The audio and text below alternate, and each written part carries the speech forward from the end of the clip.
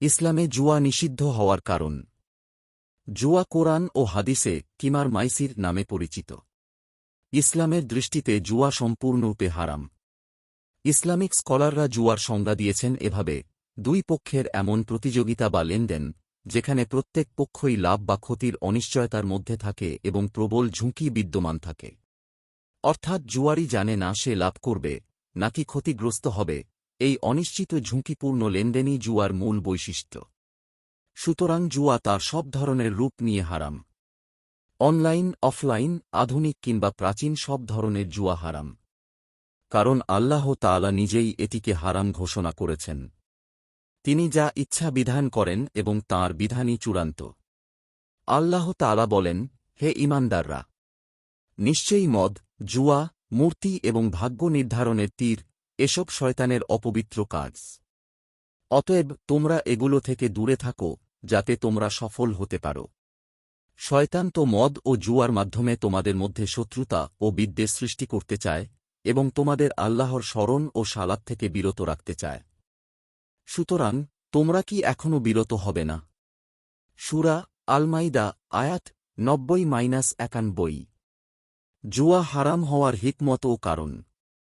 বিবেকবান মানুষ সহজেই উপলব্ধি করতে পারেন যে জুয়া নিষিদ্ধ হওয়ার পেছনে বহু গুরুত্বপূর্ণ কারণ রয়েছে। তার মধ্যে উল্লেখযোগ্য হল: পরিবার ও সম্পদের ধ্বংস ডেকে আনে। জুয়া সুখী পরিবারকে ধ্বংস করে, মানুষের সম্পদ অবৈধ পথে নষ্ট করে, ধনী পরিবারকে নিঃস্ব করে এবং সম্মানিত মানুষকে অপমান ও লাঞ্ছনার মুখে ফেলে। শত্রুতা ও বিদ্বেষ সৃষ্টি করে। জুয়ার মাধ্যমে মানুষ অন্যের সম্পদ অন্যায়ভাবে আত্মসাৎ করে। এর ফলে খেলোয়াড়দের মধ্যে হিংসা, বিদ্বেষ ও শত্রুতা জন্ম নেয়। আল্লাহর স্মরণ ও সালাত থেকে বিরত রাখে।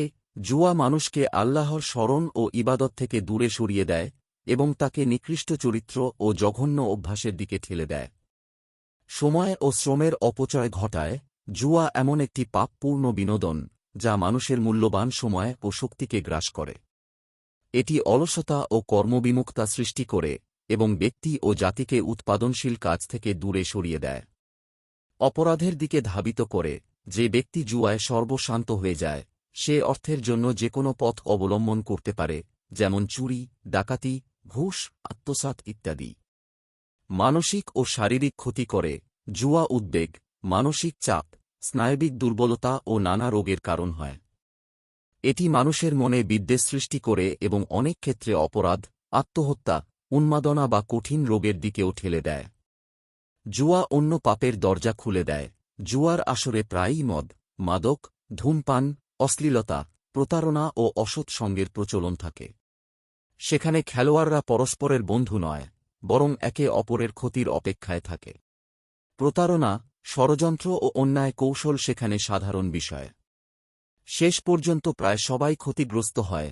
কেউ অর্থ হারায়, কেউ চরিত্র, কেউ সম্মান, কেউ বা পরিবার। রাত শেষে তারা হতাশা, লজ্জা ও অনুশোচনা নিয়ে ফিরে আসে। বিজয়ীও প্রকৃত অর্থে লাভবান হয় না, কারণ নানা ব্যয় ও পাপের মাধ্যমে তার লাভও প্রায় শেষ হয়ে যায়। আর পরাজিত ব্যক্তি হারায় তার সম্পদ, মানসিক শান্তি ও আত্মসম্মান। জুয়া শুধু অর্থের ক্ষতি করে না, বরং এটি মদ, ধূমপান, অসৎ সঙ্গ, প্রতারণা, অন্ধকার পরিবেশ, বিদ্বেষ, ষড়যন্ত্র, আত্মসাৎ এবং নানা ধরনের অনৈতিকতার কেন্দ্রবিন্দুতে পরিণত হয়। এছাড়া জুয়া মানুষকে অর্থহীন কাজে ব্যস্ত রাখে।